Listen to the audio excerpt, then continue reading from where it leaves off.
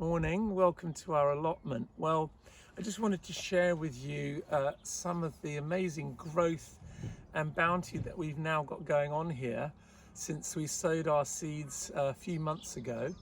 You're looking at our runner beans right now, and they really have taken off. We've got so many flowers and so many beans. So this is where I want to start. I want to look at harvesting our produce, how to do it and when to do it and why to do it. Now, harvesting is incredibly important to keep our crops productive. Have a look at this.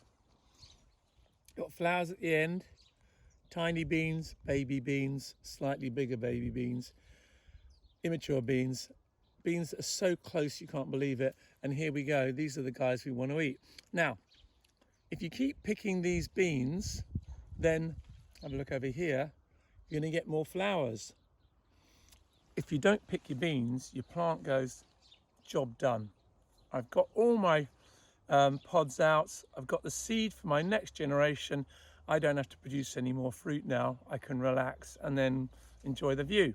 If we keep picking the beans, then the message goes to the plant, has to keep producing to generate that next generation of seed material. So keep harvesting. And really, with plants like runner beans, you've got to be on it every 2 days. It's amazing how quickly they'll grow.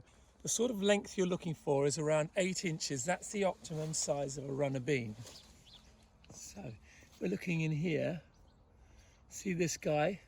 Well, that's perfect. You can go a little bit larger than that though. There's one just below. See here? So what am I looking at? It's about 1.5 times to 2 times the length of my finger. Now the great thing about runner beans is you've got so many of them, you can pick a few and test them. And the thing about freshly picked produce, the reason why we grow it ourselves is that when you pick them super fresh, they're full of sugar, full of goodness and full of flavor. And you can ensure that that freshness will go with you back to your kitchen table. So you only pick what you need when you want it. So runner beans, they're so sweet when you grow them yourself. If you buy them from a shop, they're at least a few days old and they're not going to have quite the same flavor or the same texture. This guy here is getting pretty much to the outside of where we want to go. When they get bigger than this, and I'll look for some for you in a moment, I know there are some down here, I've got them specially prepared, you're looking at having to cut the strings out of them. But this just snaps off and tastes absolutely delicious. Now, here's a couple that I spotted yesterday. These have run away with themselves, literally, and we don't really want our beans to get this big. You can see the beans are starting to swell inside the pod there.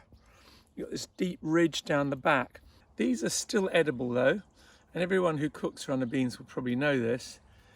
When they get this big, you're just going to cut along the top here to cut out the stringy part of the bean, and then you're not going to cook this bean whole, you're going to cut it up into pieces like this. I reckon without the string taken out, it still tastes good. There is a reason though to let some of your beans get this big. See all of these? All of these beans were grown from seed that was saved from last year's crop. And what's amazing to think is that each of these plants comes from one bean seed. We're talking between 2 and 4 pounds of beans per plant from one, let's have a look in here, one of these little guys. Now obviously this isn't ready yet, still tastes good. What you're going to do is go along your bean plants and just pick a bean, don't pick it though, spot it, pick it out and leave it. And leave a bean on each plant to ripen and wait till the foliage dies back. And then you take that bean down and you dry it out, and then you've got your seeds for next year's plants, and you can have all of this abundance from maybe 2 pods of beans. So that's your runner beans.